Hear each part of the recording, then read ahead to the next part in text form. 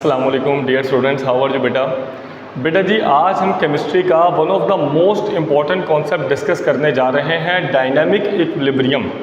और बेटा ये आपके चैप्टर का second most important long question है, डायनामिक इक्विलिब्रियम। आइए ज़रा आज के लेक्चर की शुरुआत करते हैं।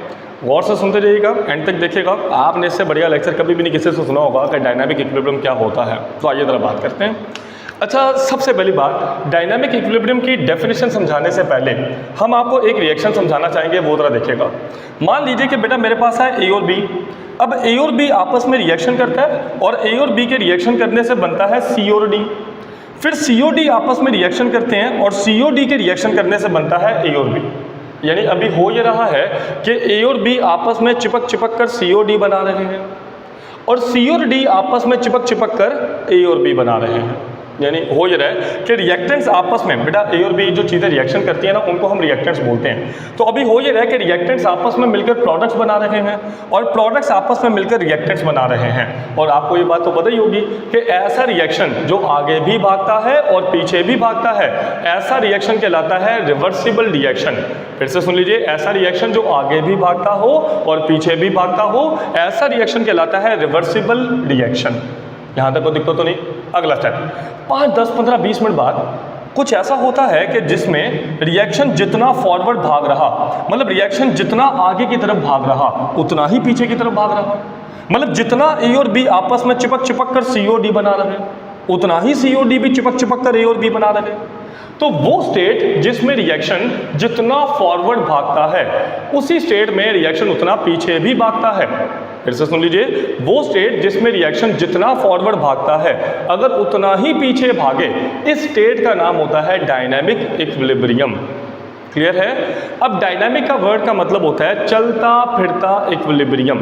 भाई अगर हम तुमसे पूछें कि क्या ये रिएक्शन रुका हुआ है, नहीं, ये रिएक्शन नहीं रुका हुआ है।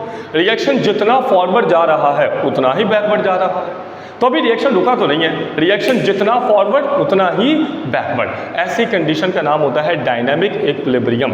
जैसे एक बढ़िया एग्जांपल समझें। मान लीजिए कि तुम अपने दोस्त के साथ बैठे हुए थे। अब तुमने उसको मुक्का मारा, उसने भी तुमको मुक्का मारा।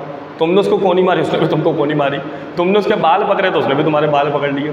तो इसका मतलब ये जितना तुम उसे तंग कर रहे हो उतना ही वो भी तुमको तंग कर रहा है, मगर दोनों की दोस्ती पक्की है। This is known as dynamic equilibrium. याद रखिएगा, डायनामिक इक्विलिब्रियम किसी भी रिएक्शन के लिए उसकी मनपसंद जगह होती है। हर रिएक्शन कहाँ रहना चाहेगा? डायनामिक इक्विलिब्रियम पे। हर रिएक्शन किसके लिए मेहनत करेगा? डायनामिक इक्विलिब्रियम को पाने के लिए।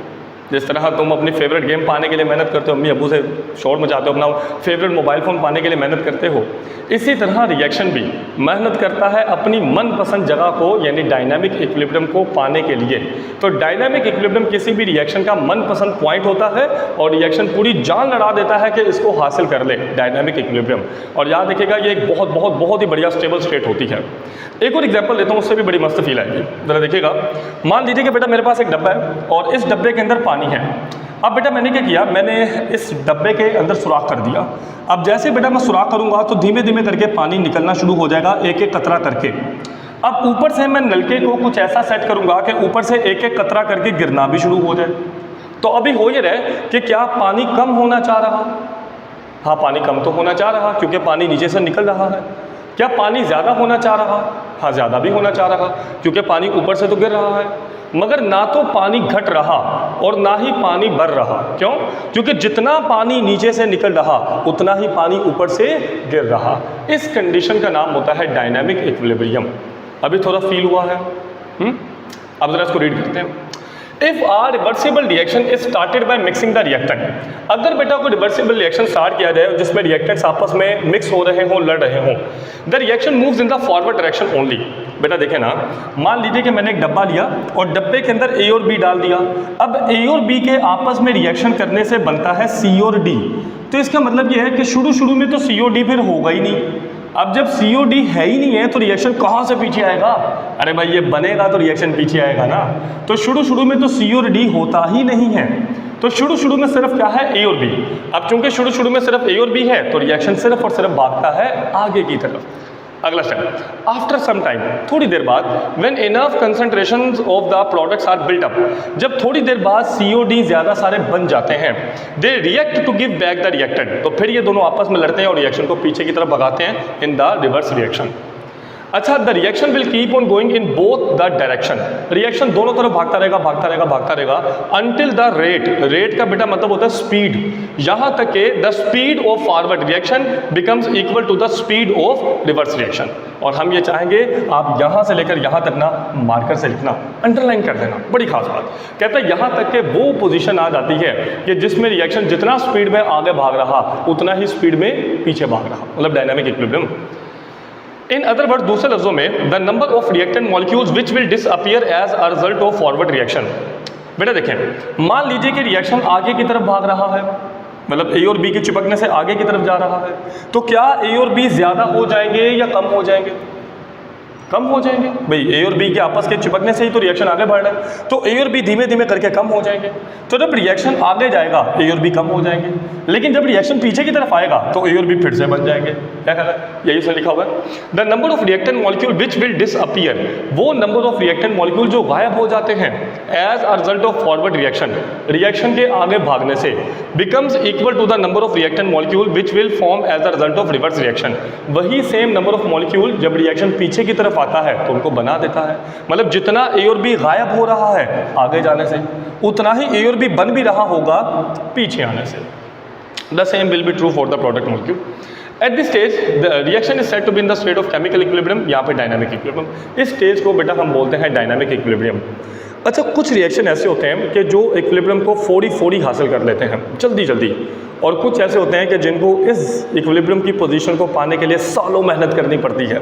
ज़रा देखिएगा, मान लीजिए कि मेरे पास नाइट्रोजन और हाइड्रोजन आपस में चिपक कर अमोनिया बना रही है। अगर मैं इस रिएक्शन को 400 डिग्री सेल्सियस पे रखूं तो ये फ़ौरन इक्विलिब्रियम को पा लेगा।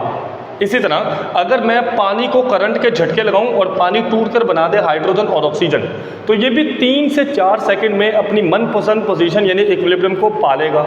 लेकिन अगर मैं बात करता हूँ ये थर्ड रिएक्शन की, ये ग्रेफाइट जिसमें बेटा कन्वर्ट हो रहा है डायमंड में, और यह डायमंड बेटा दोबारा कन्वर्ट हो रहा है ग्रेफाइट में, ये बेटा एक्सट्रीमली स्लो रिएक्शन है, एक्सट्रीमली स्लो। इस रिएक्शन को होने में या इस रिएक्शन को इक्विलिब्रियम में जाने में मिलियंस ऑफ ईयर, लाखों करोड़ों साल लग जाएंगे।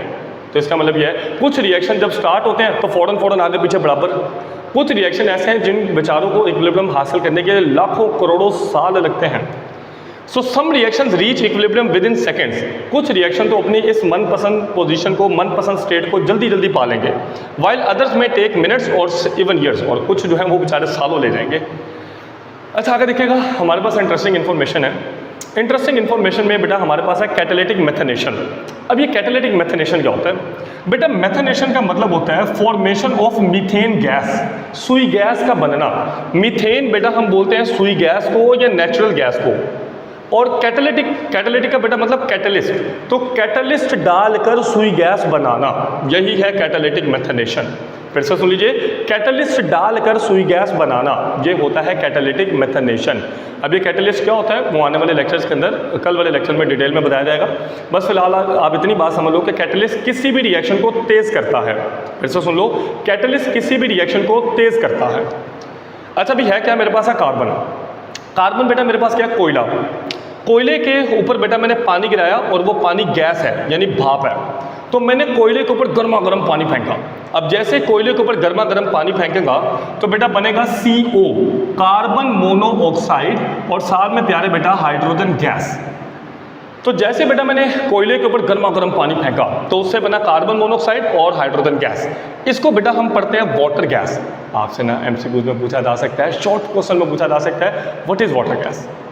अच्छा, अगला स्टेप बेटा, ये जो कार्बन मोनोऑक्साइड है ये वाली, ये 3 हाइड्रोजन के मॉलिक्यूल से या 3 हाइड्रोजन के मोल्स से रिएक्शन करती है और बनाती है CH4, और इसी को बेटा हम बोलते हैं नेचुरल गैस। और बाकी बेटा क्या बचा? H2O यानी कि पानी। तो ये क्या है? CH4H2O यानी कि पानी। और साथ में हम चूंकि कैटलिस्ट का इस्तेमाल कर रहे हैं सुई गैस को बनाने के लिए, इसीलिए इसका नाम पड़ा कैटालिटिक मेथनेशन। तो कैटालिटिक मेथनेशन क्या है? कोयला लेना है, कोयले के ऊपर गर्मा गर्म पानी डालना है, उसके अंदर से कार्बन मोनोऑक्साइड और हाइड्रोजन गैस निकलेगी, ये वाटर गैस है। फिर एक कार्बन मोनोऑक्साइड 3 हाइड्रोजन गैस के मॉलिक्यूल से चिपक जाएगी और बना देगी सुई गैस और पानी। So when coal is made to react with steam, जब कोयले को बेटा जी रिएक्शन करवाया जाता है गर्मा गर्म पानी यानी स्टीम के साथ, तो carbon monoxide and hydrogen are produce, तो उससे कार्बन मोनोऑक्साइड और हाइड्रोजन बनती है। These products then react by the reversible reaction called catalytic methanation to yield, yield का मतलब होता है टू गिव या टू प्रोड्यूस मीथेन।